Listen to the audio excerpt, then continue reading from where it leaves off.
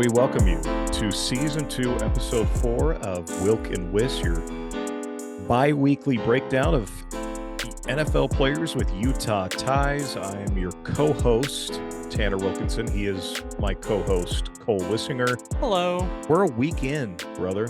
One Officially. week down, yes. Jets-Niners just ended as we started recording this. It was Tanner a good first is whispering as to not awaken the dogs or the wife. Yeah. Down in the craft room, the workspace for any office fans. Not her office, but her workspace. And yeah, the dogs do pretty good. Once they're in bed, they're in bed. Very rarely anymore do they get us up. Either one of them have a reason to get us up in the middle of the night. So dogs, they really are the same as babies. Once you get them trained, it's pretty great. Yeah. Yeah. That's why we have two before we have a baby, which, right. Anyway. I probably could have used the practice, although we just dove in. Yeah. And okay. you got the cutest little football fan ever. So we love him. Yeah. Although Claire was disappointed he was wearing a Zach jersey. She's like the one thing he could have been wearing to the BYU game. It cost us like $2 American, and it's a BYU themed thing, and it's not like we were trying to white out anything. And so just on his first game, why not? Well, and for those of you who don't know Cole very well, you have this knack for collecting items of players who have been previously traded. It's true. Joe Flacco t-shirt, Antonio Brown. Let me rephrase that. Joe Flacco Broncos t-shirt, Antonio Brown Raiders t-shirt, Tim Tebow Jaguars jersey. I mean, you've got a pretty good collection. In fact, your son has a Christian McCaffrey Panthers onesie jersey. So I mean, it's a Wissinger thing. It's a calling card. We're proud of it. The only jersey or t-shirt of anyone that is currently playing on that team in the NFL right now is Taysom Hill for the New Orleans Saints. I think he's my only NFL jersey I have right now that is a current player. Because I have a Zach Jets jersey as well that I got for cheap. Ziggy in Detroit, an old Austin Collie Colts jersey, and then my Larry Fitzgerald cards, which is still one you can easily wear around, no problems. Oh, yeah. I have a Troy Polamalu jersey also that we should wear on the same day sometime and just recreate the Madden 10 cover. Maybe that could be our official logo for the show, but that'd be cool. Well, week 1 in the books. Let's get to our first rundown here in 2024. Started last Thursday night. We previewed all these matchups for you. Now we're going to break them down. Kansas City, in a thriller, beats Baltimore literally by the toe, a Kevin Durant toe, if you will, 27-20. Ooh. Marcus Williams for the Ravens, 6 tackles and a pass deflection. Kyle Van Noy had a tackle and a QB hit, and also a fractured eye socket. The orbital bone in his eye is broken. So we're not going to be seeing KVN for a little while. Not season ending by any means, but definitely an IR more than 4-week type injury. That's kind of the theme this first week. A lot of injuries this week, but unfortunately, Xavier Worthy. That's all I feel like I need to say when it comes to Kansas City. Oh boy, they're the Chiefs. They're not going anywhere. And Baltimore didn't necessarily look bad. Things to work on, right? We talked about that offensive line. Right. They need to gel. They need to get better. But it was a fun opening night game. We got to see Derrick Henry in a Ravens jersey. Like, that was interesting. But yeah, the offensive line, I mean, it's better than what the Titans had last year, but it's still probably not up to snuff for the kind of deep passing game that they want to get together at some point. Talk about injuries being the theme. So the very next day on Friday, Philadelphia 34, Green Bay 29, and the darling of the podcast, Jordan Love, has a good game, 17 of 34, 260, 2 touchdowns, an interception, and an injury late. And then Zane Anderson, the other Utah player of note, 1 tackle. But Jordan Love. Oh, yeah, this one's a tough one. Well, and the good news is that it's not as severe as they were thinking. Well, so this is interesting. I'm calling a game. You and I do high school Friday nights. Right. I have it on my phone, so during timeouts and when I'm not. Also the BYU SMU game, I assume. Yeah, well, yes. Okay, that was first. As soon as that ended, It was an eventful Friday. It was a very eventful Friday. Threw Packers Eagles on just out of the corner of my screen, and so we're at a timeout, and I see Jordan Love get hurt. They don't have a timeout, so I'm thinking, all right, they're just going to have Malik Willis come in, throw the ball away really quick, get Jordan Love back in for a Hail Mary. And when he didn't come back in, I thought, oh, that's not good. And this game went like we thought it would. It was wild. It was very unexpected. Bad news for Packer fans, though. Quarterback's going to be down, and they are taking it kind of week to week. They're not going to put him in IR just yet. Sounds like Malik Willis will start at least this week. There's maybe a slim chance Love starts this Sunday. I'd be very shocked. My brother's upset because he's a Packers fan with tickets to Packers Colts this Sunday. Right. And potentially Love he's got tickets to 2 other road Packer games kind of in the South where he lives. There's a chance Jordan Love doesn't play in one of those 2. I think by the time Jacksonville rolls around late October, he's going to be just fine and back to action. But that Tennessee game, which I want to say is around week 6, week 5 is in doubt. So that's a tough injury. I was having a similar experience, right? Calling the game otherwise. And then I look down and I see Malik Willis comes in just for the Hail Mary. And I think, I mean, if there's one thing we know about Jordan Love is he has the arm for that. It's not like this needs to be a situation where. And we know Malik Willis doesn't. If there's anything we've learned. That's the opposite of the situation. But my brain immediately went to, okay, they're bringing in the big arm quarterback. But yeah, then I find out the injury. I get the Twitter notifications. I get all the fantasy football notifications, etc. So yeah, the field was a mess, as it kind of has been in a lot of international games. I love the idea of these international games. We got to figure out how to lay down sod better, I guess, as a country. Yeah, it's an interesting thing. Always interesting to hear the aftermath of some of this stuff too. So, well, let's get to Sunday's game. Cole, your Steelers. Chris Boswell. True Steeler fashion. Yes, this went, I think no matter who started at quarterback, this would have been the final score of this game. Maybe a few less rushing yards from Russell Wilson in his old age compared to Justin Fields, but the Steelers get the win 18-10. Jaylen Warren, not as heavily involved as one might think. 2 carries, 7 yards, 2 catches, 13 yards. Then on the Falcons side, Tyler Algier, only 3 carries as well. That was a big thing we talked about previewing the Falcons, 21 yards for him. Caden Ellis was great with 9 tackles for Atlanta, and Clark Phillips III did have a tackle for the Falcons as well. But your Steelers start 1-0. In the Arthur Smith revenge game, right, you see the 2 different models of how Arthur Smith's offense is either left over in Atlanta or trying to be implemented in Pittsburgh. And the biggest criticism was they wouldn't rely on their number 1 running back enough.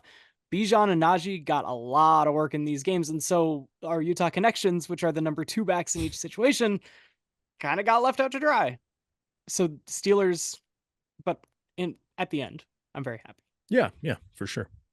A little happier than for your Cardinals. Buffalo gets the win 34-28, but our Utah Connections, not a lot through the stat column. Dalton Kincaid, only 1 catch, 11 yards.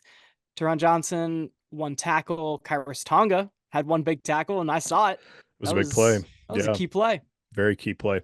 And Taron Johnson got hurt very early. It was on the opening drive of the game and exited with a forearm injury. I haven't seen any updates yet, but another big-time player, a guy we talked about last year getting injured in week 1. As a Cardinals fan, the game went better. Even though we were up 17-3, I was still very happy with the result, minus the Marvin Harrison lack of production. And he was doubled a lot, which I think that's a compliment to get doubled in your first ever NFL game. Right. But something's got to get figured out there. You spent the number 4 pick on this guy. You can't have what was the guy's name? Justin Blackmon from Oklahoma State that the Jaguars took around 4 or 5 in a draft to pair him up with Blake Bortles, and it didn't work out very well. Can't have that happen with Marvin Harrison Jr. You got to feed him. And especially on that last play of the game, right? Even Michael Wilson is a big body. You got a guy that is roughly my size that was the target of the Hail Mary attempt. Yeah. Well, and then and you're not even talking Trey McBride, who might be your best box out, go get it kind of guy outside of Marvin Harrison Jr. So yeah, overall was happy with the result though. We were competitive, had some very exchange pleasantries with my 2 Bills friends, who one of which will be joining us on Thursday for the show. Yeah. Little tease. So, and oh boy, this game was just just not how I would have drawn it up at all. Chicago beats Tennessee 24-17. 0 points from the Bears offense. 0 points, all coming from defense and special teams. Tennessee's coach comes out today and says we might have won the game if we had just punted on first down every time, which Oh, I don't know that I've ever heard a coach rip his own team like that, especially after his first game coaching them. But Jaylon Johnson was spectacular for the Bears, certainly a candidate for our MVP of the week. 3 tackles, 2 TFLs, the game-sealing pick at the end, and 2 pass deflections. He's picking up right where he left off. and the whole Bears defense. This is what we expected, right? The Eberflus being still your head coach, right, maybe means that the offense does what it just did, and it's very sad. But the Bears defense is starting to coalesce, and Jaylon Johnson's a huge piece of it. New England 16, Cincinnati 10, and survivor pools and eliminator pool, whatever you want to call it, around the nation cry out. Cincinnati was the biggest favorite on the week, and the New England defense had the answer for him. So Zach Moss on the Cincinnati side, 9 carries, 44 yards and a touchdown, was the main back after a whole offseason of Chase Brown talk and a lot of other things.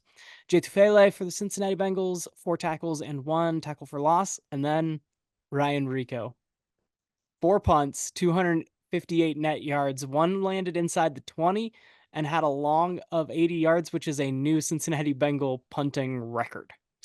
Franchise record. And the 4 for 258, should have done them. I'll do some quick math on this, but I believe that average was an NFL record for a game, like the average per punt. Yeah. Ryan Rehkow was spectacular for a guy that didn't originally like have his roster spot secured. He came in because the Cincinnati punter is injured. Now, by the way, the Pittsburgh Steeler punter is injured, and so if Cincinnati brings their guy back whenever he comes and Ryan Rehkow is missing a job, he might as well stay in the AFC North. We'll take him. It was really cool to see. Obviously, you don't want to punt, your punter to have your best stats on your team, but like this was not a reflection of Joe Burrow and Jamar Chase and T. Higgins who did not play and all the other things. Like this was, but for a podcast that talks about Utah guys, yeah, I thought it was really cool. A guy who's trying to earn his spot in the league and make a livelihood. Be happy for him. Be happy that he got to showcase his talent. I was present for his 80-yard punt at BYU. I believe it was against Arizona State, and just happy for Ryan. Like you said, he was picked up by the Chiefs kind of as an undrafted free agent. I thought that's a great fit. But then the whole Matt Araiza situation solves itself in a way, and Andy Reid is very good at going in and getting these guys that have had trouble and kind of reforming them and getting their careers back on track. So Ryan was just the odd man out, as is the brutality of the NFL. Happy for him, really happy for him, for sure. One of the funner games in that early window, Houston and Indianapolis. This lived up to what we thought it might be. Dalton Schultz, 3 catches, 16 yards. Julian Blackmon, 12 tackles. Matt Gay inactive with an injury. So that I didn't even realize that till the game was over, that Matt Gay did not play for the Colts. He was a late Sunday morning inactive because I have a buddy. It's my brother-in-law. I kind of advise on his fantasy situation, and I told him to draft Matt Gay whenever we were doing the draft together. And then he texted me at about 12:30 saying, "Hey, can I get a different kicker?" But Matt Gay was already locked into his lineup, and late inactive. The tragedies of late inactives, yeah. But Anthony Richardson showed brilliance and then also showed some rust. So, and kind of the same for CJ Stroud. Had 2 picks that came off the board because of one that came off because of a dumb penalty and by dumb, I mean the Colts did something stupid away from the play. Yeah. And then another pick that was just barely out of bounds by the interceptor. If it was in college, it would have been a pick. It was not a pick in the National Football League. So fun game, though, back and forth. It's going to be so fun to see these 2 quarterbacks play twice a year, maybe 3 times a year for who knows how long. Miami 20, Jacksonville 17. Devin Lloyd, 9 tackles, 1 tackle for loss. And Miami manages to come back after they were looking dead in the water in the first half. And then this offense starts to come alive. Give Miami a lot of credit for bounce it, because I'm sure it was a very emotional day for those guys given what happened. That's the first thing I saw when I woke up, that Tyreek had been arrested, and Tyreek's a guy who does have a past with some things. So of all the things you could arrest Tyreek Hill for, Very bizarre situation. The body cam footage gets released today. Mm. Calais Campbell, one of the nicest human beings who has ever played football, one of my favorite former Cardinals, arrested for or was also, handcuffed for absolutely no reason at all. Jonnu Smith was threatened. I mean, ugh, just another ugly situation. And when is you keep thinking we keep making this great progress with these kind of things, and it's good that these conversations are continuing to happen. But it's days like yesterday that make you realize how much further we got to go on some of this stuff, man. It's Yeah. No excuse. no excuse. No. Uh, And then Tyreek, so the guy that would have been the most like emotionally affected, like think about the way your heart kind of rises in your chest when you just regularly get pulled over for something that, like for speeding, that you knew that you were doing, yeah. and you know nothing bad is going to happen because you're, let's say, for example, white in Utah, and you were just speeding a little bit. Your heart still rises up, and it takes a while to get like settled back down. Then Tyreek Hill like has that situation. He goes and he has one of the bigger plays to get Miami back in. Like he himself was the turnaround for the Miami Yeah. Dolphins. Yep. Fantastic. Yeah. Oh boy, this next game was just This is my survivor pool team. this was a New good Orleans, pick. I told you. This was great. And I picked Buffalo, so I was actually nervous about that for a minute. Now, obviously, I wanted the Cardinals to win because I don't have any, no money or anything in Survivor. Yeah. It's just for fun. And I picked against the Cardinals, and that's what got me out of Survivor last year. So I figure, hey, the worst ways to go out of a Survivor pool. But no, the Saints just from the get-go. First pick pass of Bryce Young is intercepted. Rashid Shaheed scores the first touchdown of the red zone season. Got to point that out for our Weber State guy. He was the very first touchdown. 47-10 your final. Saints just dominate. Jamal Williams, 11 carries, 38 yards, and a score. Jamal also ran a kick with the new kickoff rules for 32 yards. Taysom Hill had 5 carries for 35 yards. Rashid Shaheed, this is when I knew I was good in our guillotine league, Cole. Instantly, when Rashid caught that first touchdown, I thought, I'm fine. You don't need much. I don't need much else. I mean, and Pacheco had a good game for me Thursday too. So Shaheed, 3 catches, 71 yards, a score, 3 punt returns for 60 yards. 20 yards per return on a punt is great. And then had a 33-yard kick return as well. So like that he's evolved at Weber. I feel like he was very much just a special teams guy. And I like that he's grown into a reliable target for Derek Carr. He's wide receiver 2. He's the deep threat guy, and he is still being effective on all the special team stuff. So It hasn't come at the cost of that. Tanner, quick over under week 5 for when Taysom Hill takes his first kick return. Like they send him back there for those duties, especially if teams are cycling through stuff. They're still trying to figure it out. If Sean Payton was still the head coach, I would take the under.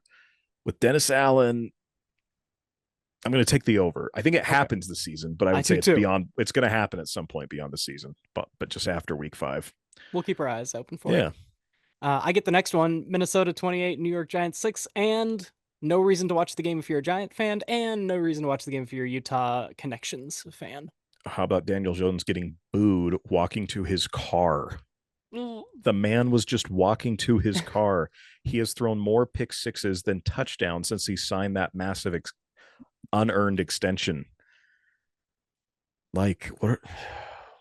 I picked the Giants to win, and I felt bamboozled. I personally love the Giants jerseys and stadium. I was not a fan. Field. I was the 100-year stuff. I was a fan of the field. I will give you that. The field was great. I didn't like I don't like the tan.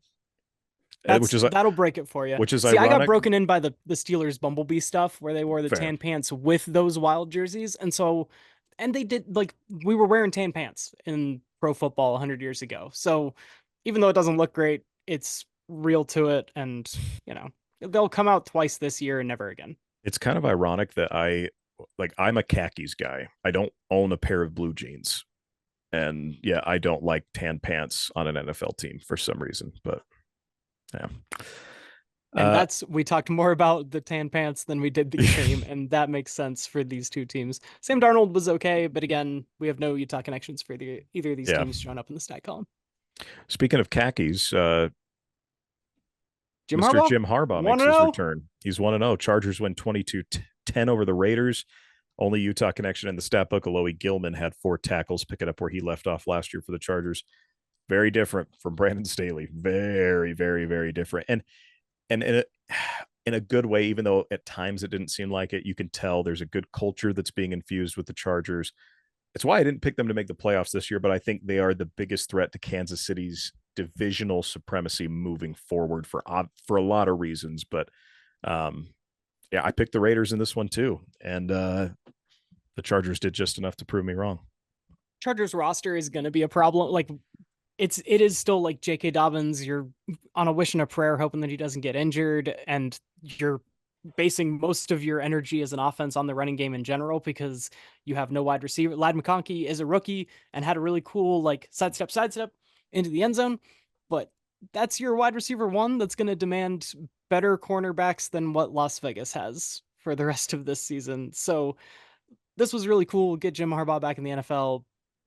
I'm honestly less confident in picking them into the playoffs after seeing what happened than I was before, even after a win.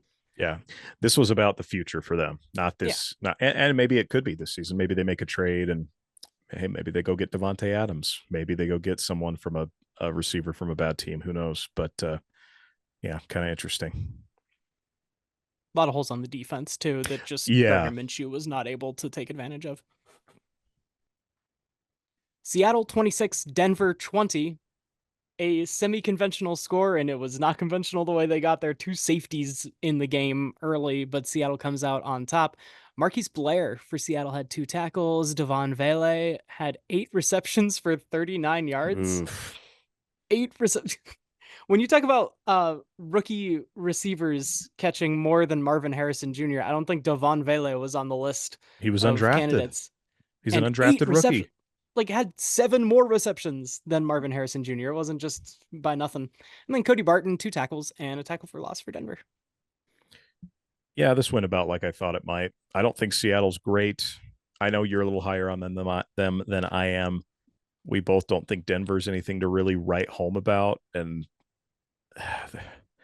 I don't know, man. I feel like there's just enough hope there for some Broncos fans, and we'll see. That's all. That's all I'll leave it at. We'll see. But I don't think this team's winning a lot of football games this year if they play like that. So I agree. well, the storyline was Tom Brady made his debut, but then also that Dak Prescott signed his massive extension. Dallas looked good. I'm not gonna lie. Dallas looked real. I'm feeling a lot better about picking them repeating as the champ. Now, granted, it is Dallas and it's week 1. And Philly looked fairly good too. That'll be a fun race. Yeah. Dallas wins 33-17. Only connection there. Mohamed Diabate for the Browns did have 2 tackles. And Deshaun Watson. Yeah, to me, this way more than now. Michael Parsons and the whole Dallas defense was causing some of this, right? They're going to be a top 10 defense during the course of the year. Mike Zimmer's back in the coaching ranks to lead that squad. But I think this was more a story about Deshaun Watson and the future of the Cleveland Browns being in jeopardy because right before the season, they free up cap space on this year in order to push his contract even further and like punch that down the road where the big cap hits come when you didn't need to. Like if you were going to make that decision, the Athletic Football podcast calls it pulling the lever, right? Every quarterback contract has this kind of thing built into it where you can pull the lever early in the offseason and push it down a little bit because you know you're going to sign him to an extension so you can get all of your cap space and sign your free agents during the course of the season. Cleveland pulled the lever, is going to take the consequences later, and doesn't have anyone to sign right now and use that cap space for this year even. And Deshaun Watson looks bad. You know, you and I are big Cafe Rio fans, and a lot of times we see these dumb tweets that say the downfall of Cafe Rio needs to be studied. There is no downfall. There is, well, yeah, first of all, there's no downfall. It's good every time. It hits every time. The downfall of Deshaun Watson, absolute. And I think I studied it. We kind of know why. Karma. I mean, we kind of know why, but oof, yeah. Next up, Tampa Bay 37, Washington 20, but the rookie Jaden Daniels looked a little bit better than that 20 and that loss indicates. Our Utah connection, Bobby Wagner, 10 tackles, double-digit tackles. Shocking. He switches teams, nothing changes as we list off this stat report. But 10 tackles, 3 tackles for loss. Honestly, the Seattle defense was kind of bad last year, honestly, and that's why Bobby Wagner ends up getting a lot of tackles. Tackles, we like to talk about it because we're very player-specific on this show, but having one player in the middle of your defense with a lot of tackles is sometimes a bad thing for your Right. defense, not necessarily something to be celebrated. Now, Bobby Wagner makes sure it doesn't get past him. That's good for him. He did his job. But that is kind of evident for this Dan Quinn defense. He brings Bobby Wagner along, very familiar with the scheme from all those Seattle days. And Bobby Wagner's still having to make a lot of tackles because they do not have a lot to provide pressure and to take that off of him up front. My boy Baker looked pretty good too. I love me some Speaking Baker of Mayfield. former Cleveland quarterbacks that could be on that team for a lot cheaper than Deshaun Watson. Baker Mayfield has been better and cheaper than Deshaun Watson has been since that move. And Baker Mayfield has been better, albeit slightly more expensive, than Bryce Young since the Carolina Panthers made that move. Oh, boy. Oh. Well, one other team Baker Mayfield may have played for that you forgot did lose in overtime. Weird, fun game. Kind of like the playoff game last year. Detroit 26, the LA Rams 20 in overtime. A nice drive down the field to get to overtime by Detroit. And then that offensive line, Penei Sewell, I would hate to go against Detroit's offensive line at any point this year. We never get to talk about the offensive linemen during the course of the season generally because they don't show up on the stats that we pull to be able to provide this stuff. But Penei Sewell, with absolutely zero statable things, has a real good candidate for being the player of the week, just as a representative of that offensive line and what they did. Yeah, you're not wrong at all. Like at all. Read my mind perfectly. Another tough injury. Puka Nacua goes down, re-injures his PCL. It was an injury he's kind of dealt with during the offseason. Good news, it's likely a 4-week thing. He is on IR. He was put on IR today. 4 catches, 35 yards before being helped out, and a lot longer hair. kept thinking I was seeing Troy Polamalu playing receiver almost, just with the hair. Their bodies do not look anything like each other outside of the flowing Polynesian mane. But yeah, this was a fun one. Detroit is just going to be a problem, man. Like with the Jordan Love injury, if I could go back in time, I still like Baltimore as my AFC rep. I'd play it safe and probably go with Detroit if I could go back in time. Not doing that, obviously, but boy, they impressed me. Just their poise. And hearing what Dan Campbell said in the locker room afterwards, for a guy who's in an Applebee's commercial, I sure do trust Dan. I don't trust Applebee's, but I sure do trust Dan Campbell. I'll leave it at that. There you go. The Rams, by the way, to look at the flip side of it, we talk about the Detroit offensive line pushing them down the field for the entire overtime period, like that first drive. And the Detroit can do that maybe against anyone, but that front of Los Angeles, I think them making that weird playoff run when the NFC was very injured and funky last year fooled people into we forget that this time last year, the LA Rams were considered a bottom 5 team in the NFL. And you and I were both a little bit higher than that, right? But not to the point that they got. Yeah. Now all of a sudden, they have that really good run last year, and coming into this offseason, we're assuming that Matthew Stafford's going to be healthy and Cooper Kupp and Puka Nacua are going to be healthy. And guess what? If any little thing tinkers off of that, this defensive front is still pretty bad and they can get pushed around. And so, little tiny alarm bells for Los Angeles Rams fans. How about that catch by Cooper Kupp, though? Getting the toe down twice. Insane. And then finally, the game that just ended as of our recording tonight, San Francisco imposed their will against the New York Jets. That's the final score? Or because the Jets got one more touchdown at the very end. Did they? Like that shows you. Oh, yeah, 32. Oh, wait, did San Francisco? Where am I getting the 26 from? The score was at one point 26-13, and then Tanner left the stadium along with all the 49er fans that they showed on the broadcast because they knew it was a lock. Aaron Rodgers didn't even play that last drive where Tyrod Taylor drove him down and got a score. And I knew that Tyrod had checked in. Yeah. Okay. It was 26-13 after 3. I guess that's when I started editing the script. There you go. 32-19, your final. Fred Warner, 7 tackles, 1 forced fumble. Awesome peanut punch just coming around the corner. We saw a lot of those this week. And then Mitch Wishnowsky, 1 punt for 58 yards. And that they didn't do that punt until they didn't have a single 3-and-out for San Francisco until late in this game. Yeah. He was good holding, though, for Jake Moody. Jake Moody made 6 field goals tonight. SMU's probably wishing they would have got a crack at a sixth one, like the Steelers and Niners. But no, the Niners were the Niners, and the Jets were they are, who they have been. Um, Yes. just just the Jets. Robert Saleh is not going to have a job by the end of this season. It's going to come before. It's bad. It's just more of the same. The Which most is drama in this game was my personal fantasy investment, where it came down to 1 point because Tyler Conklin didn't have a single catch all game, had one catch for 6 yards on that last drive. If he had another catch for even negative yards, I would have lost, like, because it's PPR scoring in our fantasy league, I would have lost. And he was on a route they tried to get a 2 point conversion. That's how the score ends up that funky 32-19. He was on a route and Tyrod was looking at him as a first read on the 2 point conversion attempt. And he was well covered. And thank you very much, San Francisco defense, for that.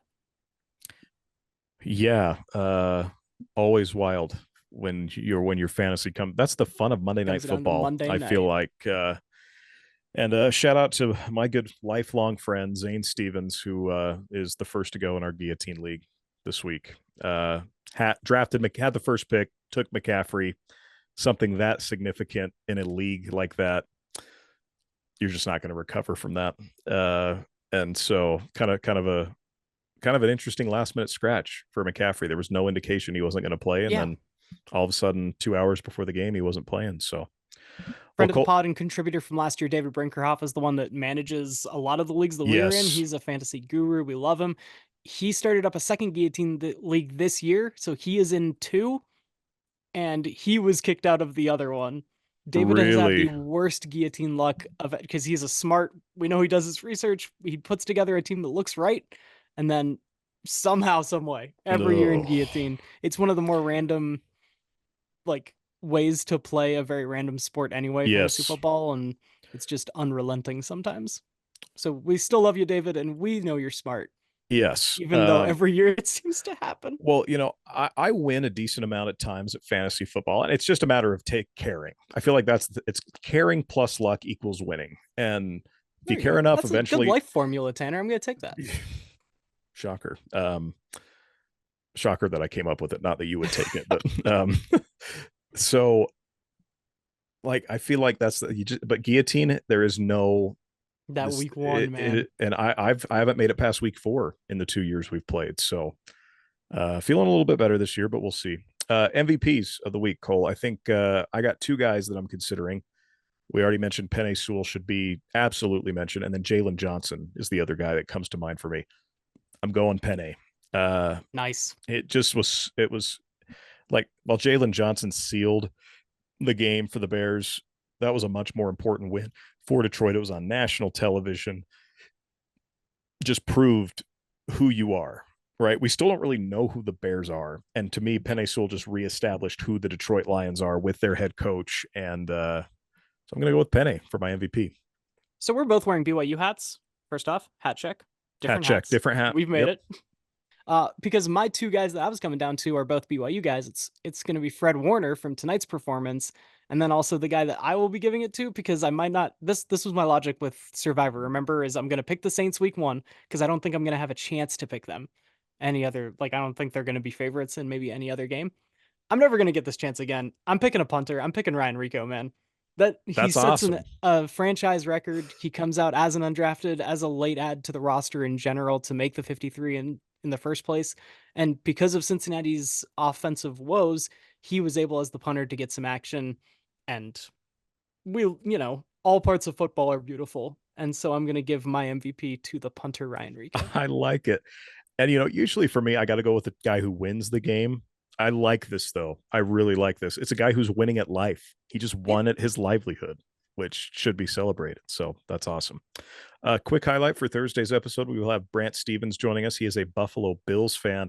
We'll talk a lot about how his fandom came about growing up in a house that kind of rooted for Denver a little bit. And he decided to be a little bit of a black sheep. And now only one of those Stevens siblings still roots for the Broncos. So we'll talk that. We'll talk Bills moving on from Stephon Diggs, Taron Johnson, Dalton Kincaid.